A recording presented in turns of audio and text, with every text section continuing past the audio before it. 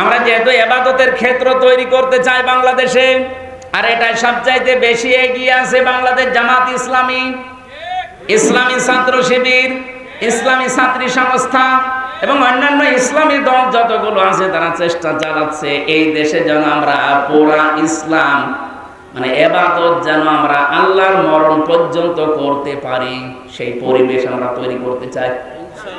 এই 54 বছর আমাদের কাঁধের উপরে পাড়া দিয়ে অনেকে অনেক কাজ করেছে, এবার কিন্তু সবাই বুঝে ফেলেছে। চরমনায়ের পীর মাওলানা মামুনুল হক এবং অন্যান্য ইসলামী যতগুলো দল বড় বড় আছে, জামাত ইসলামী বাংলাদেশের আমিরে জামাত সবাই বলছে এবার আর কাউকে আমরা সুযোগ দিতে চাই না, ইসলামের বাক্স হবে এবার একটা। জোয়ার যেভাবে এসেছে আশা করছি ইবাদতের ক্ষেত্র সারা বাংলাদেশের রান্নাঘর থেকে আন্তর্জাতিক জীবন পর্যন্ত তৈরি হয়ে যাবে ইনশাআল্লাহ। আরো কিছু সুন্নাত আছে তুমি জানো কি, জানলেও জীবনে কখনো তা মানো কি। সুন্নাত শুধু নয় নির্জন ধ্যানে যাওয়া, আর সুন্নাত হলো পাথরের আঘাত খাওয়া। সুন্নাত শুধু নয় মজলুম সহায়ক, সুন্নাতে অহুদে জালিমের প্রতিরোধ,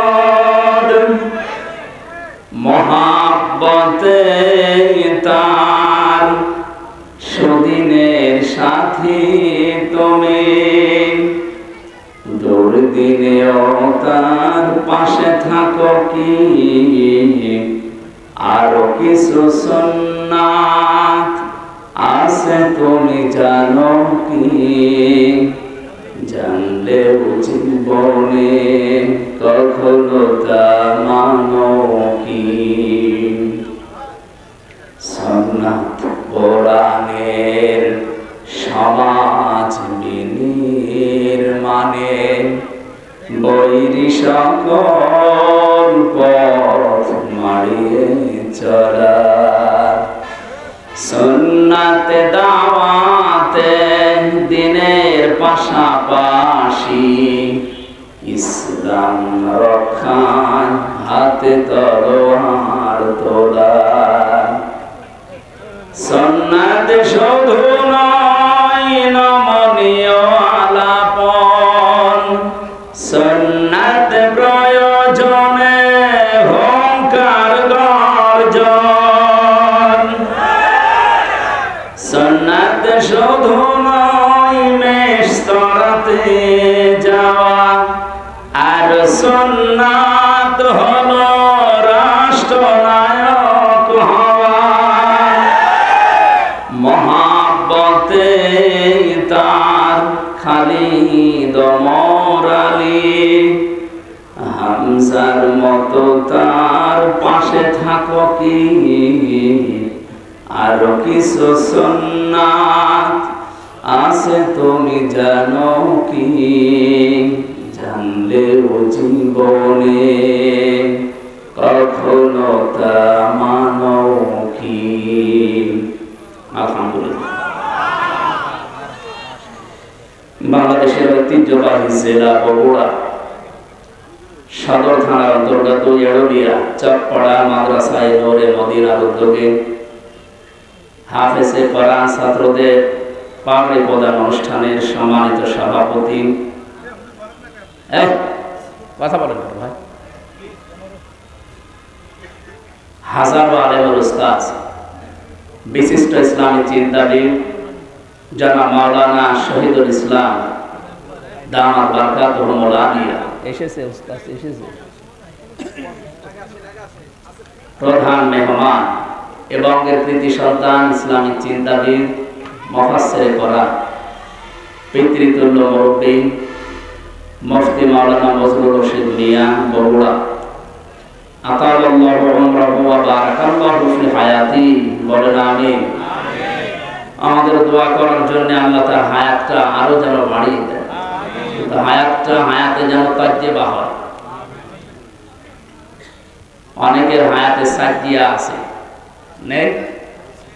পৃথিবীর বহু মানুষের হায়াতে সাজ্জিয়া। আমরা চাই চাচা জানের হায়াত আল্লাহ হায়াতে তাজ্জেবা আর সিহাতে কুল্লিয়া দান করে। এখানে আলোচনা রেখেছেন কিংবদন্তি আলোচক, আমাদের শ্রদ্ধাভাজন মুরব্বী, বগুড়া কৃতি সন্তান, আলেমে দ্বীন মাওলানা রুহুল আমিন যুক্তিবাদী, নন্দীগ্রাম, বগুড়া। আলোচনা রেখেছেন ডক্টর মাওলানা আব্দুল বারী রশিদি, মাওলানা আব্দুল সালাম যুক্তিবাদী, অধ্যাপক মাওলানা আবুল কালাম আসাদ পাবনা, মাওলানা সাইদ ইকবাল হাবিবি নওগাঁ। এখানে আলেমদের ভেতরে উপস্থিত হয়েছেন সেই দিনাজপুর থেকে, অনেক দূর এখান থেকে ইসলামিক চিন্তাবিদ। এ বাংলাদেশে ঈদের নামাজ যত জায়গায় হয় সবচাইতে বড় ঈদগাহ ময়দান গৌরে শহীদ, নাম শুনেছে? সেখানকার খতিব হাফেজ মাওলানা মাহফুজুর রহমান দিনাজপুরি দামাত বারকাতুহুল আলিয়া এসেছেন দিনাজপুর থেকে। মাওলানা হারুন রশিদ, আমি তো নাম অনেক আলেমের জানি না, বহু আলেম এসেছে আজকে। যারা আহ্বানে এসেছি আপনাদের এ পাশের জেলা গাইবান্ধার সন্তান, আপনাদের এলাকাতে আছেন। এ মাদ্রাসার সম্মানিত প্রতিষ্ঠাতা মাওলানা গোলাম রব্বানী যুক্তিবাদী। এখানে প্রধান অতিথি হিসাবে উপস্থিত হয়েছেন জনাব আতিকুর রহমান আতিক, জনাব মাকসুদুল আলম, জনাব জাহিদুল ইসলাম জাহিদ, বরেণ্য অতিথি আব্দুর রাজ্জাক পরামানিক, আরিফুল ইসলাম আরিফ সহ মঞ্চে বসার সম্মানিত ব্যক্তিবর্গ। আমার সাথে সেই চুয়াডাঙ্গা থেকে, আমার তো কুষ্টিয়াতে বাড়ি, আমারে পার করে যাওয়া লাগে, চুয়াডাঙ্গার কৃতি সন্তান আলেমে দ্বীন মাওলানা আবু সার গেফারি এসেছেন, মাওলানা হোসাইন আহমেদ মাহফুজ এসেছেন। আল্লাহ রাব্বুল আলামিন আলেমদের হায়াতে তাজ্জেবা সিহাতে কুল্লিয়া যেন দান করে। সামনে বসা মুসলমান ভাইরা, পর্দার আড়ালের সম্মানিত মা এবং বোনেরা, বৃষ্টির মুখর এই দিনে সারাদিন মনে হয় শুনলাম বৃষ্টি হচ্ছে। আমার সেই ফজরের আজানের পর থেকে 4-5টা অনুষ্ঠান ছিল, ওগুলো বিকাল 3টা পর্যন্ত ছিলাম। ওই পর্যন্ত কল দিয়েছিলাম যে কি অবস্থা, বলছে বৃষ্টি হচ্ছে। এরপরও বলছে আসেন, হয়তো বিকেলে মাগরিবের পরে ঠিক হয়ে যাবে। যতটুকু পরিবেশ আছে এই কাদা ভেজা জায়গায় আপনারা মাগরিবের পর থেকে বসে আছেন, তো আমরা খুব অল্প সময় কিছু কথা বলবো ইনশাআল্লাহ। এই অনুষ্ঠানটা আজকে শুধুমাত্র যারা বাংলাদেশের জামাত ইসলামী করে, যারা চরমনাই পীরের মুরিদ, যারা খেলাফত মজলিসে এই সমস্ত ইসলামিক দলে আছে তাদের জন্যই না, হাদা বায়ানুল লিন্নাস, মানুষ পদবাচ্চে যারা বিবেচিত তাদের সবার জন্য আজকের এই অনুষ্ঠান। ওয়ালাকাদ কাররামনা বানি আদম, অবশ্যই আমি বনি আদম সন্তানকে সম্মান দিয়েছি। বগুড়াবাসী এই আয়াত থেকে আমরা কয়েকটা তথ্য বের করতে পারলাম। 1 নম্বরে আল্লাহ বলেননি ওয়ালাকাদ কাররামনা বানি মুসলিমিন, আমি মুসলমান সন্তানদেরকে সম্মান দিয়েছি, না, মানুষ যারা তাদের সম্মান দিয়েছেন কে? দুঃখজনক হলো সত্য, তাম পৃথিবীতে আজ মানুষের সম্মান নিয়ে সবচাইতে বেশি সিনেমিনি খেলা হচ্ছে। বিশেষ করে মানুষ নামে কিছু অমানুষ আছে, তার ভেতরে নেতানিয়াহু একজন, মোদি একজন, ট্রাম্প একজন। এই কথা বলেন, এগুলোকে মানুষ বলা যায় নাকি অমানুষেরা? পৃথিবীর নিকৃষ্ট মানুষের তালিকা আপনি দেখবেন ইন্টারনেটে, এদের যাদের নাম বললাম এদের নাম আছে। আরেকজনের নাম আছে, ওইটা বলা ঠিক না, এজন্য বললাম। এই যে মানুষগুলো, আমার মনে হয় আমেরিকা এই জাতে মাতাল হলো, ওরা যেহেতু তাহলে ঠিক আছে, এই কারণে ট্রাম্প নামে, ডোনাল্ড ট্রাম্প নামে এই লোকটাকে থামানো লাগবে। আপনারা প্রকাশ্যে মানবতা বিরোধী অপরাধ যারা করে, যেহেতু সারা দুনিয়ার মানুষকে সবক দিয়ে বেড়ান মানবতার, গণতন্ত্রের, যারা ফিলিস্তিনের অবস্থা কি করেছে তামাম দুনিয়া দেখেছে। সুতরাং আমেরিকার আমার মনে হয় এই মুহূর্তে উচিত এই পৃথিবীর নিকৃষ্ট জাতি এই ইহুদিদের পক্ষ না নিয়ে, তারা যেহেতু খ্রিস্টান, তাদের নবী হযরতে মুসা আলাইহিসকে ঈসা আলাইহিস সালামকে এই ইহুদিরা তারা হত্যার দাবি করেছিল যে তাকে আমরা মেরে ফেলেছি। এমনকি তার মা হযরতে মরিয়ম আলাইহিস সালাম, তার চরিত্রের উপরে অপবাদ পর্যন্ত দিয়েছিল এই ইহুদিরা। তাই আপনারা নিজেদের জাতিকে, জাতির যারা কর্ণধার তাদেরকে যারা কলঙ্কিত করে তাদের পক্ষ অবলম্বন করবেন, এটা আপনার বিবেকে মেনে নেয়? এই জন্য বিবেক যদি কারো কাজে না লাগে, ও কিন্তু আর মানুষ থাকে না। উলাইকা কালানআম, আল্লাহ তাআলা বলেন ওগুলো জানোয়ার, বাবুহুম আদল, তার চাইতে খারাপ। এই কি কথা বলে?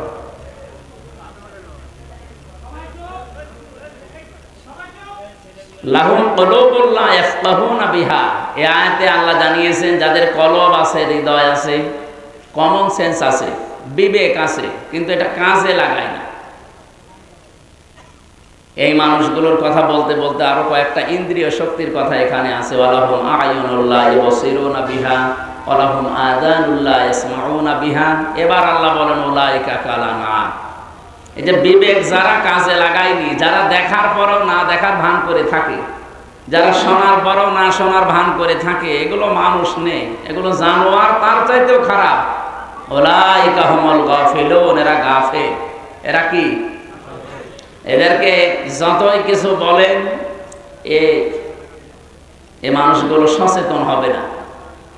এই জন্য হেদায়েত পাওয়ার জন্য কিছু রাস্তা আল্লাহ দুনিয়াতে দিয়েছে। যখন ও রাস্তা মানুষ ওভারটেক করে ফেলে, সীমা লঙ্ঘন করে ফেলে, সীমা অতিক্রম করে, তখন তার কপালে আর হেদায়েত থাকে না। এটা সূরা ইউনূসের ভেতরে আছে। ফেরাউনকে আল্লাহ রাব্বুল আলামিন শেষে আর হেদায়েত দেননি। কারণ কি? সে এমন জায়গায় পৌঁছিয়েছিল যে হেদায়েত পাওয়ার জন্য সে বর্ডার পর্যন্ত শেষ করে ফেলেছে, বর্ডারেও থাকে না। হাত্তা ইযা আদরাকাহুল গারাকু ক্বালা আমানতু আন্নাহু লা ইলাহা ইল্লাল্লাযী আমানাত বিহি বানু ইসরাঈল ওয়া আনা মিনাল মুসলিমিন। ও যখন ডুবে যাচ্ছিল তখন বলেছে আমি ঈমান আনলাম। বনি ইসরাঈলরা যার উপরে ঈমান এনেছে তার উপরে ঈমান আনলাম। তারপরও সরাসরি ও আল্লাহর নাম বলে না। ও যদি বলতো আল্লাহ তুমি একজন আছো, আমি তোমাকে মানি, এই মুহূর্তে আমি সব কিছু ছেড়ে দিয়ে তোমারে বিশ্বাস করলাম, তাফসিরে ফি জিলালিল কোরআনে সাইয়্যিদ কুতুব রহমাতুল্লাহ আলাইহি লিখেছেন, ওই পর্যন্ত আল্লাহ তাআলা মাফ করে দিবেন। কিন্তু না, ও আর বলে না। লা ইলাহা পর্যন্ত বলেছিল, ইল্লাল্লাহ বলতে পারে না। ইল্লাল্লাযী আমানাত বিহি বানু ইসরাঈল, তারপরও সরাসরি আল্লাহর নাম উচ্চারণ করে না। আমরা এখান থেকে একটা জিনিস দেখি, বাংলাদেশে যারা কমিউনিস্ট আন্দোলন করে, আপনি দেখবেন সরাসরি তারা আল্লাহর নাম বলতে চায় না। তাদের ব্যানার, পোস্টার, ফেস্টুনে দেখবেন ওখানে আল্লাহু আকবার লেখা থাকে না, লেখা থাকে আল্লাহ সর্বশক্তিমান বা সর্বশক্তিমান মহান, এরকম বাংলা অনেক কিছু আমরা লেখা দেখি। সরাসরি আল্লাহু আকবার বলতে আপনার সমস্যা কি? আল্লাহর নাম উচ্চারণ তাদের কাছে এত কষ্ট লাগে। ফেরাউনের যেমন লেগেছিল, মরে যাচ্ছে তারপরও আল্লাহর নাম সরাসরি বলে না, বলছে বনি ইসরাঈলরা যার উপরে ঈমান এনেছে আমি তার উপরে ঈমান আনলাম। ও আনা মিনাল মুসলিমিন, আমি তো মুসলমান। এরপরও ফেরেশতারা আমারে খালি পানির ভেতরে চোবায়। আল্লাহ তখন ডাক দিলেন, আল-আন, এখন আকাদ আসাইতা ক্বাবলু ওয়া কুনতা মিনাল মুফসিদিন, এর আগে তুমি তো বড় সন্ত্রাসী ছিলে। তুমি বলা ঠিক না, এখানে তুই বলা দরকার, কারণ তুমি শব্দটা তো সম্মানসূচক হয়ে গেল। আকাদ আসাইতা ক্বাবলু ওয়া কুনতা মিনাল মুফসিদিন, এর আগে তুই বড় সন্ত্রাসী ছিলি, ফ্যাসাদ সৃষ্টিকারী।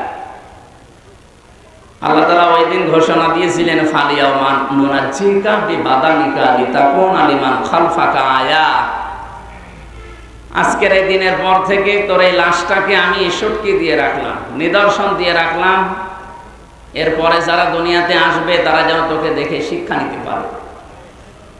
সম্মানিত ভাইরা, এখন পর্যন্ত মোপাম মিশরে জাদুঘরে তার লাশটা সংরক্ষিত করা আছে। এরপরও যদি কেউ শিক্ষা না নেয়, এটা তার কপালের দোষ না আল্লাহর দোষ? বলেন বলেন। এটা সীমা যখন ছাড়িয়ে যায় তখন আল্লাহ তাকে আর ভালো হওয়ার সুযোগ দেয় না। এরকম বহু ঘটনা আমরা দেখেছি। আবু জেহেলও যেই দিন মারা যাবে, ওরে তো পিটিয়ে হাতটা বাড়ি দা একেবারে ঠান্ডা ফ্রিজ মার্কা করে রেখে দিয়েছিল, খেজুরের ডাল দিয়ে পিটিয়েছিল দুই ভাই, হযরত মাস মুআবিজ রাদিয়াল্লাহু তাআলা আনহুমা। সর্বশেষ আব্দুল্লাহ ইবনে মাসউদ রাদিয়াল্লাহু তাআলা আনহু, উনি যখন যে এই বুকের উপরে বসলেন, ডাক দিয়ে বললেন, আনতা আবু জেহেল,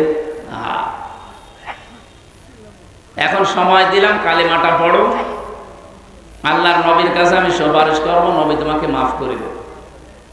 ও যদি ওই সময় পড়তো, আমার মনে হয় আল্লাহ ওরে মাফ করে দেব, কিন্তু ওই সময় পড়ার তো আর কোনো কায়দা নেই। ও সীমা লঙ্ঘন করে ফেলেছে, এখন ওর মুখ দিয়ে আর ওগুলো আসে না, তখন উল্টা পাল্টা কথা আসে। তখনও বলেছিল, আব্দুল্লাহর বেটা মোহাম্মদ তোদেরকে জাদু করলেও এখন আমার পর্যন্ত আসতে পারে না। উনি বলছে, ঠিক আছে, সুযোগ একবার দিলাম, একবার দুইবার তিনবার সুযোগ দেওয়ার পরও যখন সর্বশেষ, সেই মুহূর্তে যদি মোহাম্মদকে আমার সামনে পেতাম, নবীজির ব্যাপারে যখন খারাপ মন্তব্য করেছে তখন ওরে আর ছাড়ে না।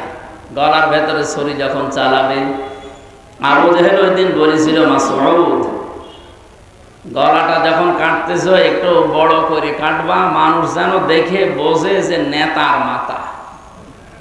মরে যাচ্ছে, শয়তানের তেজ কমছে না, কারণ সীমা লঙ্ঘন করে ফেলেছিল। এই পৃথিবীতে কিয়ামত পর্যন্ত মানবতার সাথে, ইসলামের সাথে যারা সীমা লঙ্ঘন করবে, ও মানুষগুলো শেষ জীবনে ভালো হওয়ার ইচ্ছা করলেও আর হবে না, কারণ ওর সীমা শেষ। দেখেন 15.5 বছরে যারা জুলুম, অত্যাচার, নির্যাতন সবচাইতে বেশি করেছে, যাদের ইশারায় হয়েছে, এই মানুষগুলো এখন ভালো হওয়ার চেষ্টা করলেও হতে পারছে না। 2 দিন 5 দিন পরে এমন এমন কথা তাদের মুখ দিয়ে বের হয়, মনে হচ্ছে ওরে এখনো পিটিয়ে সোজা করা দরকার। যদি মানুষ সংশোধন না হয়, তো আর আবু জেহেলের ভেতরে কোনো পার্থক্য আছে? বলেন। আমরা সীমা লঙ্ঘনকারী যেন না হই। সীমার ভেতরে না থাকলে সর্বশেষ আপনি আর হেদায়েতও পাবেন না। এই জন্য আজকে কোরআনের অনুষ্ঠানে যারা আমরা এসেছি, এটা যেহেতু শুধুমাত্র মুসলমানদের জন্য না, বিশেষ করে ইসলামী দলের যে নাম বললাম, মনে করছি এরাই মুসলমান না। হাদা বায়ানুল লিন্নাস যখন পড়েছি, মানুষ পদবাচ্চে আমরা যারা বিবেচিত, সবার জন্য কোরআন। আর মানব সন্তানকে আল্লাহ নিজে যেহেতু সম্মান দিলে, সেই মানুষের সম্মান নিয়ে পৃথিবীতে যেমন সিনেমিনি খেলা হচ্ছে, বাংলাদেশে এই 54 বছরে খেলা হয়েছে। কথা বলেন না কেন? আগামীতে বাংলাদেশে এই মানব সন্তানদের, কালকে আমার হিন্দু, বৌদ্ধ, খ্রিস্টান, ইহুদি প্রায় 5টা জাতির লোক ছিল কুষ্টিয়ায়। তাদের সাথে বিভিন্ন ভিন্ন ধর্মী, ভিন্ন ধর্ম অবলম্বী যারা, তাদের সাথে আলোচনা ছিল আমাদের কুষ্টিয়া জেলা জামাতের পক্ষ থেকে। ওনারা এখনো ভয় আছে।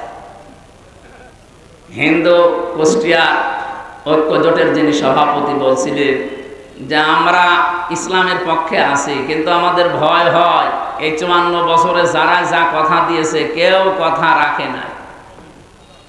কার যেন একটা কবিতার শেষ লাইন আছে না, কেউ কথা, তো ওনারা বলছে আপনারা কথা রাখবে। আমাদের আমির, জেলা আমির অধ্যাপক আবুল হাশেম, উনি বললেন আপনারা একটা বার শুধু একটু আস্থা রেখে দেখেন, 54 বছর তো দেখলেন, এবার শুধু ইসলামের হাতে দিয়ে দেখেন, আপনাদের বিশ্বাসের মর্যাদা আমরা রাখবো ইনশাআল্লাহ। আমিরে জামাত ডাক্তার শফিকুর রহমানকে যেভাবে আপনারা দেখেন, ওনাকে যেহেতু আমরা ফলো করে চলি, আমাদেরকেও আপনারা ওইভাবে পাবেন। কি কথা বলবেন এখন?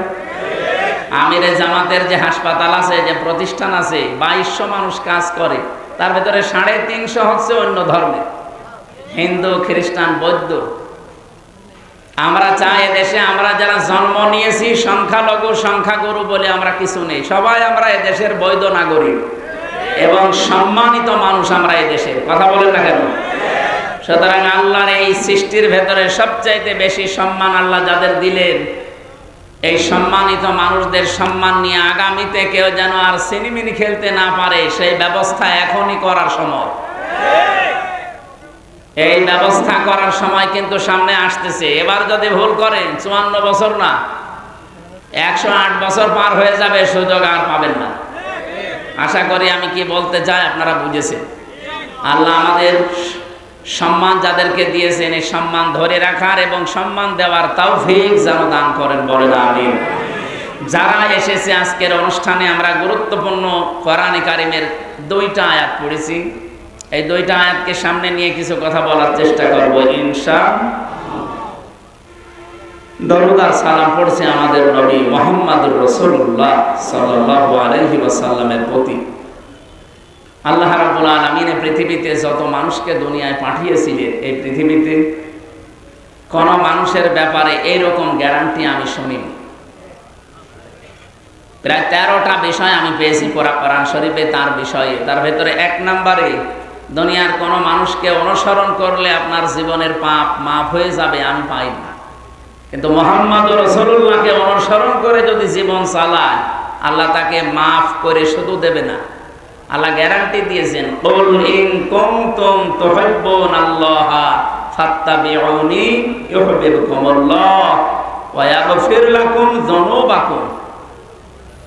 হে নবী, আপনি বলুন, তোমরা যদি আল্লাহকে ভালোবাসি এই দাবি করো, ফাত্তাবিউনি, আমি রাসূলের অনুসরণ করো। এ পর্যন্ত যদি কেউ মানতে পারে, আল্লাহ বলেন ইউহিব্বুকুমুল্লাহ, আমি আল্লাহ নিজেই তাকে ভালোবাসবো। ভালোবেসেছি এ কথা এখানে নেই। ইউহিব্বু মুজারে, বর্তমান, ভবিষ্যৎ, প্রেজেন্ট, ফিউচার। কেউ যদি রাসূলকে অনুসরণ করে, আমার আল্লাহ তাকে ভালোবাসা আরম্ভ করবে। আল্লাহ যদি কাউকে ভালোবাসে, ওয়া ইয়াগফির লাকুম যুনুবাকুম, ইয়াগফির এটা মুজারে। জাম্বন না দিয়ে আল্লাহ জনব দিয়েছেন বহু বছর। ওর জীবনের একটা অপরাধ আল্লাহ রাখবে না, সবগুলো মাফ করে দেবে। একটা আমার মনে হয় এখানে আমরা অনেকে জন্মের পর থেকে শুনতেছি, কিন্তু কয়েকটা তথ্য এখানে পাবেন যেটা এখনই আমাদের শুনলে মানতে মনে চাইবে। এদিকে তাকান। আল্লাহ তাআলা বলেন, কুল ইন কুনতুম তুহিব্বুনাল্লাহা ফাত্তাবিউনি। নবী, আপনি বলেন, যদি তারা দাবি করে যে আল্লাহ তোমাকে ভালোবাসি, এ দাবি আমাদের আছে না? দল আমাদের আলাদা থাকতে পারে, আল্লাহকে আমরা ভালোবাসি এ দাবি আমাদের সকলের আছে, এমনকি অন্য ধর্মের লোকদেরও আছে। কালকে যে হিন্দু দাদা কথা বলছিলেন, উনি প্রথমেই শুরু করলেন যে আমাদের আল্লাহ। প্রথমটা কথা শোনার পরে মনে করলাম একটা হিন্দু মানুষ আল্লাহর নাম বলে। ওদের ভেতরে এটা আছে, কিন্তু পারিবারিক কারণে, সামাজিক কারণে, ধর্মীয় কারণে ওরা মানতে পারে না। কিন্তু যে মানুষগুলো এগুলো ছাপিয়ে চলে যায়, তারা ঠিক মেনে নেয়। সবার ভেতরে এই আশা যে আমার ভগবান বলেন, গড বলেন, আল্লাহ বলেন, যাই বলেন না কেন আমরা তাকে ভালোবাসি, তাকে রাজি করতে চাই। আল্লাহ পাক বলেন, দাবি যাদের আছে হে নবী আপনি তাদেরকে বলেন ফাত্তাবিউনি, তারা যেন আপনার অনুসরণ করে। এবার আমার প্রশ্ন হচ্ছে, আপনি রাসূলকে অনুসরণ করবেন। এই বাংলাদেশে বহু মানুষ বলে যে আমরা নবীওয়ালা কাজ করি। কথা ভালো করে বুঝবেন, উল্টা দিকে নিয়ে যেন না। আপনি যে বলেন যে আমি নবীওয়ালা কাজ করি, মুহাম্মদুর রাসূলুল্লাহ সাল্লাল্লাহু আলাইহি সাল্লামকে কি জন্মের পরেই মানুষ নবী বলতো? কয় বছরে? উনি যেদিন নবুয়ত পেয়েছেন 40 বছরে, তখন মানুষ তাকে নবী, তিনি স্বীকৃতি দিয়েছেন। বাড়িতে এসে স্ত্রী মেনে নিয়েছে, বন্ধু মেনে নিয়েছে, চাচাতো ভাই মেনে নিয়েছে, কাজের লোক বাড়িতে যিনি পালিত পুত্র সে মেনে নিয়েছে। তার মানে উনি নবী হয়েছেন 40 বছরে। এর আগে ওনাকে কেউ নবী বলে ডাকতো না, বলতো আল আমিন, আস-সাদিক। আপনি যদি তাহলে নবীওয়ালা কাজ করতে চান, উনি যেদিন নবী বলে স্বীকৃতি পেলেন, ঘোষণা হয়ে গেছে, ওই দিন থেকেই জীবনের শেষ দিন 63 বছর, এই 23 বছর আপনাকে মানা লাগবে, পঙ্খানুপুঙ্খানু অনুসরণ করা লাগবে এই 23 বছরের জীবন। ফাত্তাবিউনি, আমাকে অনুসরণ করো, আমাকে দেখে দেখে চলো। এখানে তাবউন মানে দেখে দেখে চলা। আমার সামনে একটা লোক হেঁটে যাচ্ছে, কিভাবে পা দেয়, কিভাবে মাজা দেয়, কিভাবে হাত নাড়ে, কিভাবে বডি, এভাবে দেখে দেখে পা ফেলার নাম হচ্ছে তাবউন। তাহলে রাসূলকে সামনে রেখে আপনি অনুসরণ করবেন। এখন আমার প্রশ্ন, এই অনুসরণ কি আপনার আংশিক না পূর্ণাঙ্গ? বলেন বলেন। পূর্ণাঙ্গ। এইটার জন্য আমি এই পর্যন্ত এসেছি। আজ বাংলাদেশ সহ বিশ্বে বহু মানুষ আমরা রাসূলের অনুসরণ করছি, কিন্তু আংশিক, পূর্ণাঙ্গ না। আংশিক অনুসরণ করেছিল অনেকেই, তারা মাপ পায়নি, কিন্তু পূর্ণাঙ্গ অনুসরণ যারা করেছে তারা মাপও পেয়েছে, জান্নাতের সুসংবাদও পেয়েছে। নবীজির পুরা জীবনী আপনি পড়বেন, সাহাবায়ে কেরামের জীবনী পড়েন, বহু কাফেরের জীবনী আমি পড়ে দেখেছি। বহু মানুষ রাসূলকে ভালোবাসতো আংশিক, কিন্তু রাসূলকে অনুসরণ করার ক্ষেত্রে তারা পূর্ণাঙ্গ রূপ দিতে পারে না, এই জন্য আল্লাহ তাদেরকে মাফ করে না, জান্নাতেও দেয় নাই। আব্দুল্লাহ বিন উবাইয়ের নাম আমরা জানি অনেকেই। এই লোকটা রাসূলের এত অনুসরণ করেছে, তার পুরা জীবন আমি পড়ি মাত্র 2টা ভুল পেয়েছি। 1 নম্বরে উহুদের ময়দান থেকে 300 মানুষ নিয়ে ভেগে গিয়েছিল। 2 নম্বরে ও রাজনৈতিক জীবনে বিশ্ব নবীকে মানত না, ওর আদর্শ ছিল আবু জেহেল। ও রাসূলের পেছনে নামাজ পড়েছে, রাসূলের মতো জামা গায়ে দিয়েছে, রাসূলের মতো দাড়ি রেখেছে। আর এমন কোনো কিছু আমি পাইনি জীবনে যে অনুসরণ রাসূলের মতো হয়নি, সব রাসূলের মতো। শুধু রাজনৈতিক জীবনে বিশ্ব নবীকে নেতা মানে নাই, ওর নেতা ছিল, আদর্শ ছিল আবু জেহেল। এতটুকু কারণে যদি আল্লাহ তার জন্য আয়াত নাযিল করে জাহান্নামের ঘোষণা দিয়ে দেয়, আজ এই বাংলাদেশে যে মানুষগুলো অনুসরণ করছেন রাসূলকে আংশিক, পূর্ণাঙ্গ না, বলেন তো আপনাকে আল্লাহ কি এখনো ভালোবাসা আরম্ভ করেছে? না। ফাত্তাবিউনি, এ পর্যন্ত আপনাকে অনুসরণ করা লাগবে, আংশিক না, পূর্ণাঙ্গ। আপনার নাম রাখা থেকে শুরু করে একেবারে মৃত্যু পর্যন্ত। এই জন্য আয়াতে আল্লাহ জানালেন, ওয়াবুদ রাব্বাকা হাত্তা ইয়াতিয়াকাল ইয়াকিন। সূরা হিজরের 99 নম্বর আয়াতে আল্লাহ বলেন, হে নবী, আপনার রবের ইবাদত করবেন ওই দিন পর্যন্ত যতদিন আপনার কাছে ইয়াকিন না আসে। ইয়াকিন মানে মৃত্যু, ইয়াকিন মানে কি? যতক্ষণ পর্যন্ত আপনার কাছে মরণ না আসে আপনি ততক্ষণ ইবাদত করবেন। যেহেতু রাসূলের অনুসরণ করা লাগবে আংশিক না, পূর্ণাঙ্গ, তাহলে আল্লাহ আপনাকে ভালোবাসা আরম্ভ করবে, আরম্ভ করে না। তাহলে এখন আমাদের উচিত হচ্ছে আমাদের অনুসরণ করা লাগবে মাথা থেকে পা পর্যন্ত, রান্নাঘর থেকে আন্তর্জাতিক জীবন পর্যন্ত। কি আংশিক, আংশিক না পূর্ণাঙ্গ? এই পূর্ণাঙ্গটা বলতে গেলে কিছু মানুষের মন পাওয়া যায় না। আমরা তো পূর্ণাঙ্গ অনুসরণের কথা বলি। আপনি যখনই পূর্ণাঙ্গ অনুসরণ আরম্ভ করে দেবেন, তখন আল্লাহ আপনাকে ভালোবাসা শুরু করবে। তাহলে এই দেশে যে আলেম, যে ইমাম, যে মুসলমান এখনো রাসূলুল্লাহকে পূর্ণাঙ্গ অনুসরণ আরম্ভ করে নাই, তাকে আল্লাহ ভালোবাসা শুরু বলেন বলেন না, করে না। আপনি পূর্ণাঙ্গ অনুসরণ আরম্ভ করার নিয়ত করেন, এখন থেকেই যদি আপনি কাজে লেগে পড়েন যে আমি এখন থেকে বিশ্ব নবীকে 40 থেকে 63, তিনি যেহেতু নবী ছিলেন এই সময়টা, আমি পূর্ণাঙ্গতাকে অনুসরণ করার সিদ্ধান্ত নিয়ে মাঠে নেমে পড়লাম। যখন নেমে পড়বেন তখনই আল্লাহ আপনাকে ভালোবাসা শুরু করবে। আর আল্লাহ যদি আপনাকে ভালোবাসা আরম্ভ করে দেয়, আল্লাহ বলেন ওয়ায়াগফির লাকুম যুনুবাকুম, একটা গুনাহ তো রাখবো না, পুরো জায়গাটা আমি আল্লাহ মাফ করে পরিষ্কার করে দেব। যেহেতু জাম্বন আল্লাহ দিতে পারতেন, জুনুব দিয়েছেন, একটা গোনাও থাকবে না।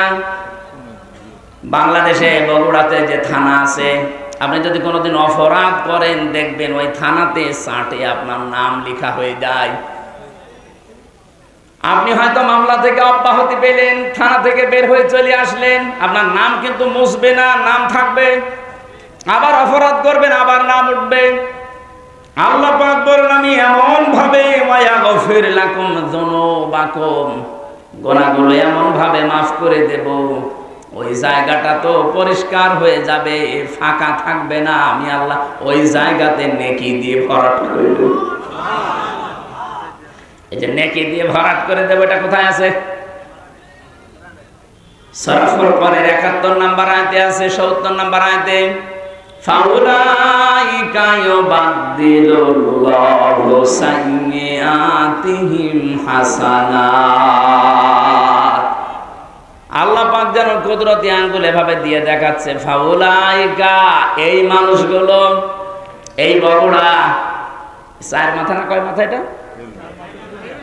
বেড়ুলিয়া। এই এড়ুলিয়া ময়দানে যারা বসে আছে এই মানুষগুলো কি? এ মানুষগুলো ইউবাদদিলুল্লাহ, আমি আল্লাহ বদল করে পাল্টিয়ে দিচ্ছি, দেব। সাজ্জিয়াত এটা বহু বচন, হাসানাত বহু বচন। একটা গোনাও রাখবো না, যতগুলো গোনা মাফ হয়ে যাবে, পুরা জায়গাটা হবে নেকি দিয়ে ভরাট করে দেব। আল্লাহ এখানে পরে কয়েকটা নামও নিয়েছেন, ওয়া কানাল্লাহু গফুরুর রহিমা, আর সূরা ইমরান দিয়েছেন আল্লাহু গফুরুর রহিম। জোরবল সুবহানাল্লাহ। তাহলে এমন একটা মানুষকে অনুসরণ করার কথা বলছি, যার অনুসরণে জীবনের অপরাধ একটাও আর থাকে না, সব মাফ হয়ে যায়, কিন্তু অনুসরণ করা লাগবে আংশিক না পূর্ণাঙ্গ। আমি আশা করছি আপনারা এটা মেনে নেবেন। মাথার চুল থেকে পা পর্যন্ত যেমন মেনে নিয়েছে, রান্নাঘর থেকে আন্তর্জাতিক জীবন পর্যন্ত ঠিক এইভাবেই মেনে নেওয়া লাগবে। যারা এই অনুসরণ পূর্ণাঙ্গ করতে পারেন না, আপনি ব্যর্থ। আপনাকে আল্লাহ এখনো ভালোবাসা আরম্ভ করেন। এরপরও যদি কারো কানে না লাগে এ কথা, আমার আর কিছু করার নেই, এ দায়িত্ব আল্লাহর উপরে দিয়ে দিলাম। সূরা হিজর থেকে যে আয়াতগুলো পড়লাম, আমরা শেষ নাম্বার আয়াতের ব্যাখ্যাটা কিছু সময় করতে চাচ্ছি। থাকবেন তো নাকি? হিজর মানে পাথর। হিজর মানে কি? আল্লাহ রাব্বুল আলামিন বলেন ওয়া'বুদ, ইবাদত করো, রব্বাকা, তোমার রবের। কতদিন পর্যন্ত করবেন? হাত্তা, যতক্ষণ পর্যন্ত ইয়াতিয়াকাল ইয়াকিন, তোমার কাছে মরণ না আসে। এই আয়াত থেকে আমি কয়েকটা প্রশ্ন বের করি। আল্লাহর ইবাদত করা লাগবে যেহেতু মরণ পর্যন্ত, বলেন তো বাংলাদেশে সব জায়গা ইবাদত করার মতো পরিবেশ আছে? বলেন বলেন। হ্যাঁ, ব্যক্তিগত জীবনে আপনি হয়তো কিছু মানতে পারেন, পারিবারিক জীবনে কিছু মানতে পারেন, তো সামাজিক জীবনে, রাজনৈতিক জীবনে, অর্থনৈতিক জীবনে, ধর্মীয় জীবনে গিয়ে, আন্তর্জাতিক জীবনে, রাষ্ট্রীয় জীবনে আমার মনে হয় ইসলামকে পূর্ণাঙ্গ মানা সম্ভব। এটা সম্ভব হবে তখন এই ইবাদত ওইগুলো পারিবারিক জীবনে যেমন ইবাদত আছে, ব্যক্তিগত জীবনে যেমন ইবাদত আছে, রাজনৈতিক জীবনে, অর্থনৈতিক জীবনেও ইবাদত নেই। এখানে বহু মানুষ আমরা আছি শুধু ব্যক্তিগত আর পারিবারিক জীবনের ইবাদতটা করি। আমার যে রাজনৈতিক জীবনে ইবাদত আছে আমরা অনেকে জানি না, অর্থনৈতিক জীবনে যে ইবাদত আছে আমরা জানি না। আল্লাহ যে বললেন মরণ যতদিন না সে ইবাদত করো, তে আমরা তো ইবাদত করতে চাই, কিন্তু সে পরিবেশ নেই। আপনি ইচ্ছা করলেও হালালকে হালাল জেনে মানতে পারবেন না, হারামকে হারাম জানার পরও আপনি ছেড়ে দিতে পারবেন না। আজকে কুষ্টিয়াতে ডিসি, এসপি এবং মন্ত্রণালয় থেকে একজন, শিল্প মন্ত্রণালয় থেকে একজন অফিসার এসেছিল কুষ্টিয়ার এই যে চিনির মিল, এই সুগার মিলটা চালু করার জন্য 5 বছর অকেজো হয়ে পড়ে আছে। ওখানে এতদিন যারা দায়িত্বে ছিল, দুর্নীতি এমন বেশি হয়েছে, এটা শেষ পর্যন্ত বন্ধ হয়ে গেছে। 1965 সালে মিলটা তৈরি হওয়ার পর থেকে 25 সাল পর্যন্ত, 5 বছর নয় বন্ধ, 20 সাল পর্যন্ত একবার শুধু লাভ হয়েছিল, যেবার মাওলানা মতিউর রহমান নিজামী রহমতুল্লাহ আলাইহি শিল্পমন্ত্রী ছিলেন ওই সময়। তাছাড়া আজ পর্যন্ত লাভ হয়নি। ডিসি, এসপি এবং সচিব যিনি এসেছিলেন ওই জায়গা থেকে সবাই, এলাকার সবাই ওই জায়গায় গিয়ে প্রশ্ন করছে এটা চালু করা লাগবে। ওনারা বলছে চালু করা তো লাগবে, কিন্তু এখানে যে বাজেট 300 কোটি টাকা লাগবে। আমার মনে হয় 300 কোটি টাকাও সরকার দেওয়া সম্ভব, কিন্তু টাকাগুলো 300 কোটি উপর থেকে বাজেট হয়ে আসতে আসতে সর্বশেষ 300 টাকা থাকতে পারে। আমি কয়েকদিন আগে রাজনৈতিক একজন লিডার, অনেক বড় মাপে, উনি আমারে বলছি যে হামজা ভাই, আমরা সারা জীবন রাজনীতি করেছি, এই দেশে যে বাজেট হয় সড়কের জন্য, এই বাজেটগুলো আমরা হিসাব করে পেয়েছি 100 টাকা যদি বাজেট হয়ে আসে, এই সলিমদ্দি পর্যন্ত আসতে আসতে আর 3 টাকা থাকে। এই রাস্তাটা যদি 100 টাকা দিয়ে বাজেট করে করেন তাহলে 100 বছর যাওয়ার কথা। ওটা যদি 97 টাকা খেয়ে ফেলে আর 3 টাকা দিয়ে করে, ওটা কয় মাস যাবে বলেন বলেন? কোথায় 3 টাকা আর কোথায় 97 টাকা? শেষ পর্যন্ত দেখা যায় 3 মাস পরে রাস্তা হয়ে যায় ডেলিভারি রোড। যে সমস্ত মায়েদের পেটে সন্তান আছে, এদেরকে যদি আপনি এখান থেকে বগুড়া পর্যন্ত নিয়ে যেতে চান, দেখবেন রাস্তায় বাচ্চা হয়ে গেছে। না, অনেকে আবার বলেন না টাকা পয়সা তো খরচ হলো না, ভালোই হয়েছে।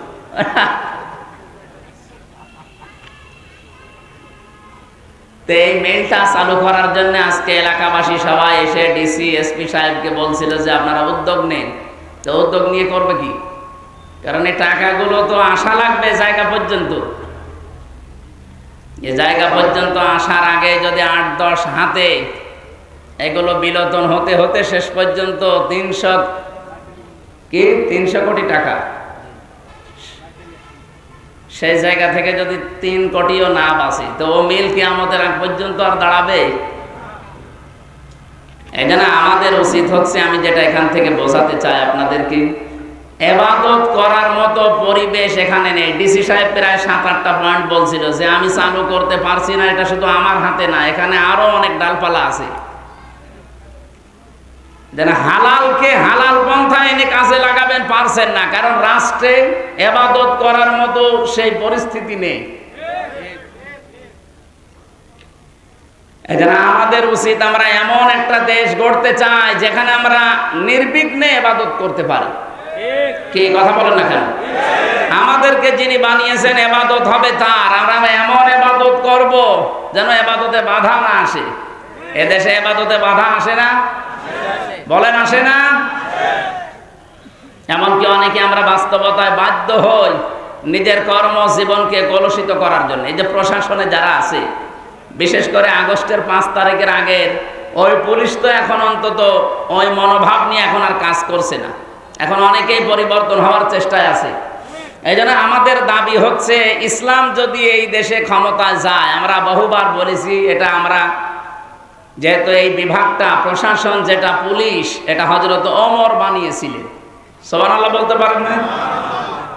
অথচ এদের নাম শুনলে মানুষ এখন ঘৃণা করে। এদের কিছু কাজ কারবারের কারণে জাতির কাছে আজ এরা কালার হয়ে গেছে। আমরা ইসলাম যদি দেশে আনতে পারি, সর্বপ্রথম কাজ হবে প্রশাসনে যারা দায়িত্বে আছেন, যে যে বিভাগে কাজ করেন, আপনারা 8 ঘন্টা ডিউটি করেন। শুধুমাত্র বাংলাদেশ প্রশাসনে 8 ঘন্টা, এটার ডিউটি 24 ঘন্টায়। এজন্য আমরা আশ্বাস দিতে পারি, ইসলাম যদি এসে যায় এই দেশে, আপনি 8 ঘন্টা ডিউটির পরে যেই কয় ঘন্টা ডিউটি করবেন, ওভার টাইম পাবেন। বাংলাদেশে এমন কোন চাকরি আছে যে 8 ঘন্টা ডিউটি করার পরে আরো 5 ঘন্টা এমনি করা লাগে? যাই করবেন ওভার টাইম পাবেন। এই কথা বলেন না কেন? প্রশাসনকে যদি ওই নিয়মটা করে দিতাম যে 8 ঘন্টা ডিউটির পরে আরো 4 ঘন্টা যদি করেন, আপনার বেতন যদি 40,000 হয়, আরো 20,000 ওর সাথে বৃদ্ধি হবে, ও তখন ঘুষ খাওয়া বন্ধ করত। আমি একজন ওসির নাম জানি, ওনার বেতন ওই সময় 42,000 টাকা। আমি বিশ্ববিদ্যালয়ে ছিলাম তখন, ওনারে পড়াতাম মাঝে মাঝে। বেতন ওনার 42,000, অথচ ওনার স্ত্রী, মেয়ে আর ছেলে 3 জন ঢাকাতে ফ্ল্যাট নিয়ে যেখানে থাকে ভাড়া হচ্ছে 52,000। বাকি এই 10,000 টাকা কি ফেরেশতারা দিয়ে যায়? অবশ্যই তারা এদিক ওদিকে টান মারা লাগে। এখন সরকার যদি ওনাকে 8 ঘন্টা ডিউটির পরে আরো 4-5 ঘন্টা যে ডিউটি করে ওভার টাইম দিত, কি কথা বুঝতেছেন? তাহলে ওনার ওই 42,000-এর জায়গায় আরো যদি 30,000 বাড়তো, টাকাগুলো পাচার না করলে 42,000-এর জায়গায় ওরে 30,000 বোনাস না, ওদের ওভার টাইম দেওয়া না, ওরা 50,000 টাকাও দেওয়া দিত। বললাম না, 100 টাকা বাজেট হয়, 3 টাকার কাজ হয়, 97 টাকা খেয়ে ফেলে। খেয়ে তাও নিজে রাখলে তো হয়, এগুলো সব পাঠিয়ে দেয় সাহেব পাড়া আর বেগম পাড়ার জন্য।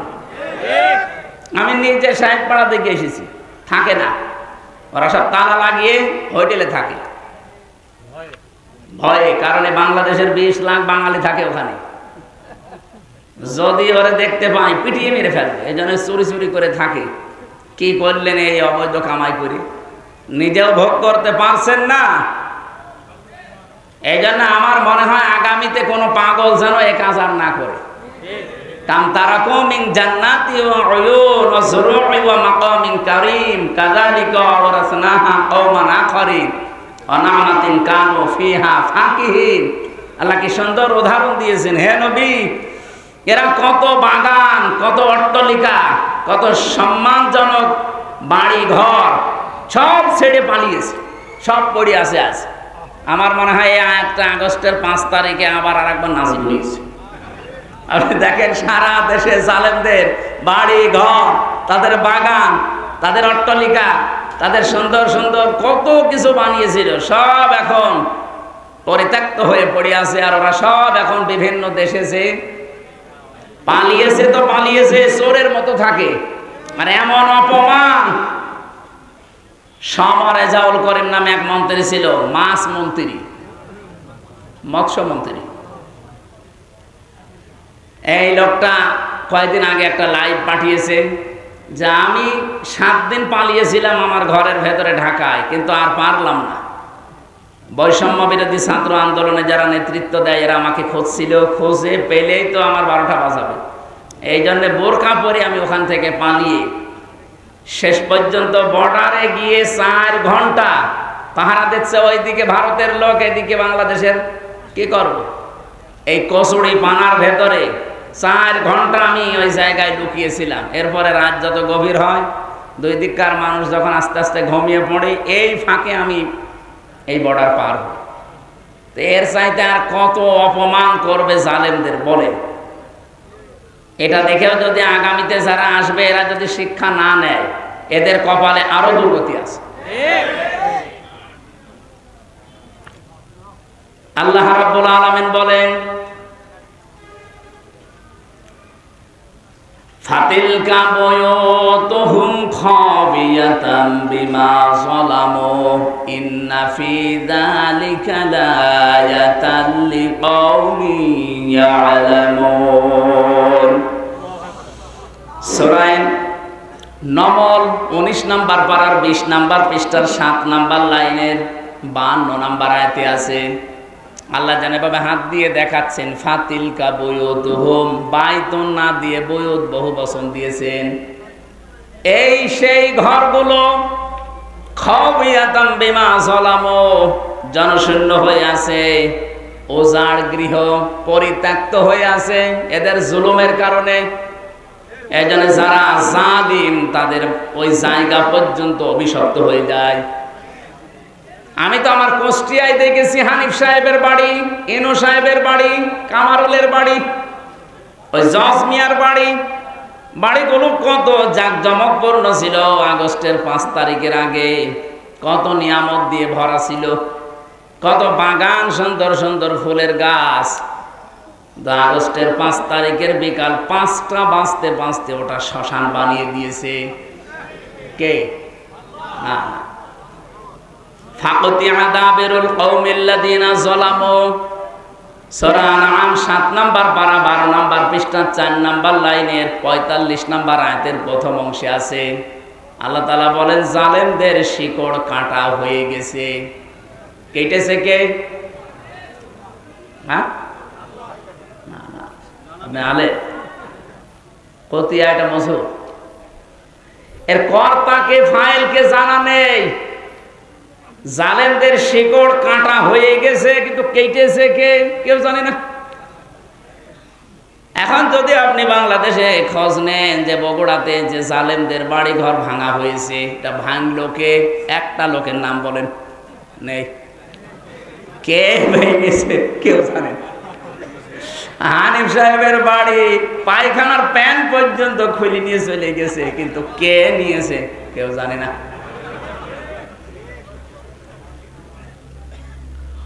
এ পর্যন্ত ছিল। আমি যদি এ পর্যন্ত আয়াত শেষ হয়ে যেত, আমি আয়াতটা পড়তাম না। এর পরেরটা আমাদের জন্য, ইন্না ফি যালিকা লাআয়াতাল লিকাউমিন ইয়ালামুন। ইন্না মানে অবশ্যই, ফি মানে মধ্যে, আল্লাহ আয়াতুনের আগে আবার লামে তাকিদ দিয়েছেন। অবশ্যই এর ভেতরে শিক্ষা আছে যারা জ্ঞানী তাদের জন্য। কি শিক্ষা? জালেমদের যে শিকড় ছিল, আপনি আগস্টের 5 তারিখের দুপুর পর্যন্ত কেউ এই দেশে ভাবে না যে ও পড়িয়ে যেতে পারে। কথা বলেন, কেউ চিন্তাও করে নাই কোনোদিন। আল্লাহ পাক বলেন ওদেরকে শিকড়ের দিকে তাকাও। ইউনিয়নের দারোয়ান থেকে সংসদ পর্যন্ত একেবারে থরে থরে জালেমদের সব স্তরগুলো সাজানো ছিল। একটা দুইটা না, কমপক্ষে এক একটা জায়গায় 3টার উপরে স্তর ছিল ওদের। আমি রিমান্ডে প্রায় 7 প্রকার গোয়েন্দা বিভাগের লোক পেয়েছিলাম। ওরা আমার জিজ্ঞাসাবাদ করতে আসতো। যত গোয়েন্দা বিভাগ আছে একটার পর একটা আসে আর জিজ্ঞাসাবাদ করে রিমান্ডে। সবগুলো থরে থরে সাজানো ছাত্রলীগ দিয়ে। আমার যে ধরে নিয়ে এসেছে উনিও ওখানকার, মামলার যে আয়ু সে ওখানকার, যে ম্যাজিস্ট্রেট আমার মামলায় রিমান্ড দেবে 10 দিন সেও ওখানকার, যারা রিমান্ডে আমাকে কষ্ট দেবে তারাও ওখানকার। এ মামলা যেদিন তোলা হবে, যে পিপি আছে 33 মন গোনা নিয়ে, কিন্তু ওরা যা করবে ওগুলো সব ফিলাক্সি লোড হয়ে আমার আমল নামায় জমা হতে থাকবে। মরেছিলাম মাত্র 33 মন গোনা নিয়ে, কিয়ামতের দিন যখন আমি উঠব 33,000 মন হয়ে যাবে। এরকম মানুষ বাংলাদেশে নেই? নাম ধরা লাগবে। এই জন্য আমার ভয় হয় এই জায়গায়। আল্লাহ যদি এ পর্যন্ত বলতো, এর পরের শব্দটা মারাত্মক, আলা সামা ইয়াসিরুন। ফেরেশতারা বলবে কত নিকৃষ্ট বোঝা হামসা বসলো, রুহুল আমিন এরা বহন করে নিয়ে যাচ্ছে। আজকে হয়তো সম্মান দিয়ে চেয়ারে বসিয়েছেন, কিয়ামতের দিন আমার গোনা বাড়তে বাড়তে বোঝা হতে হতে যখন 33 থেকে 33,000 মন হয়ে যাবে, কিয়ামতের ময়দানে আমার এই দৃশ্য দেখে ফেরেশতারা বলতে থাকবে আলা সামা ইয়াসিরুন, কত নিকৃষ্ট বোঝা এরা বহন করে নিয়ে যাচ্ছে। বলেন নাউজুবিল্লাহ। আয়াতটা পড়ার পরে সত্যি আমাদের ভয় হয়। আমি বেশি বিশ্বনবী জানিয়েছেন যারা আলেম কিয়ামতের দিন আল্লাহ সবার সামনে তাদের বিচার করবে না। ময়দানে মাহশারে কঠিন অবস্থায় আল্লাহ পাক নিজে কুদরতে একটা চাদর দিয়ে এই মানুষটাকে ঢেকে নেবে, আড়াল করে নিয়ে জিজ্ঞাসা করবে বসলো এই কাজগুলো করেছিলি? আল্লাহ যেহেতু সব জানে, মাথা নিচু করে জবাব দেওয়া লাগবে, আল্লাহ আমি করেছি, আমারে মাফ করে দেন। তার চোখের দিকে কাকতি মিনতির দিকে তাকিয়ে শেষ পর্যন্ত আল্লাহ বলবে গোপনে মাফ করে দিলাম, কাউকে বলবি না, জান্নাতে চলে যা। এইটা চাচ্ছি আমরা। তাছাড়া আল্লাহ যদি হিসাব নেওয়া শুরু করে, এখানে যত ভালো ভালো মানুষই আমরা বসে আছি, কেউ পার পাওয়া সম্ভব না। কিয়ামতের দিনে যে হাদিসটার যে ব্যাখ্যা বলেছি, কিয়ামতে যেন আল্লাহ আমাদের সাথে এই আচরণটা করেন, বলেন আমিন। দুনিয়াতে এমনও মানুষ আছে শুধু গোনায়ে জারিয়া বলি আমরা, সাদগায়ে জারিয়া, গোনায়ে জারিয়া আছে। আপনি এমন এমন কাজ করে গেলেন, মরে গেছেন, কিন্তু কাজ জারি থাকবে। এমন এমন ভালো কাজে আঞ্জাম দেওয়া দরকার। মাওলানা যুক্তিবাদী আজকে যে মাদ্রাসাটা বানিয়েছে, কিয়ামত পর্যন্ত যে টিকে থাকে, 4 জন হাফেজ হয়েছে, এরা আরো 4 জনকে বানাবে, এরা আরো 4 জনকে বানাবে। এলেম এভাবে ছড়াতে ছড়াতে কিয়ামত পর্যন্ত চলে যাবে। মনে হয়তো আর 20-30 বছর পরে মরে যাবে, কিয়ামত পর্যন্ত কবরের ভেতরে আমার আল্লাহ সওয়াব পাঠাতেই থাকবেন। মনে হয়তো এই গোলাম রব্বানির বয়স খুব বেশি হলো না, 40 বছর হবে। এই 40 বছরে 40 মন নেকি নিয়ে উনি মারা গিয়েছে। কিয়ামতে যখন উঠবে আমল নামায় দেখবে 40,000 মন নেকি আল্লাহ দিয়ে দিয়েছে। ইকবালুল সাহিবিল কোরআন, সাহেবে কোরআনকে কিয়ামতের দিন আল্লাহ তাআলা বলবেন, পড়ো, ইকরা ওয়ারতাকি ওয়ারাত্তিল। শুধু পড়ো বলে শেষ করেননি, নবীজি বলেন যেই বলবে পড়ো আর উপরে ওঠো। ওয়ারতাকি ওয়ারাত্তিল, উপরে উঠতে থাকো তার তিলের সাথে পড়তে পড়তে। তার তিলের সাথে পড়া বলতে আমি এখানে 4টা বিষয় পেয়েছি। কোরআন শরীফের ভেতরে আপনি 3টা শব্দ পাবেন কোরআন পড়ার ব্যাপারে, কারা আর রাতালা আর তালাওয়া। এখানে রত্তিল শব্দটা আছে। কেউ যদি সত্যি রত্তিলের সাথে পড়তে পড়তে উপরে উঠতে চায়, দুনিয়া থেকে 4টা বিষয় তার মানা লাগবে। 1 নম্বরে তাকে শুদ্ধ করে পড়তে হবে তার তিলের সাথে। 2 নম্বরে ওটা বুঝতে হবে। 3 নম্বরে ওই বোঝা বিষয়ের উপরে নিজের জীবনে কাজ করা লাগবে। 4 নম্বরে ওটা যেন মানুষ মানতে পারে সেই পরিবেশ তৈরি করে দেওয়া লাগবে।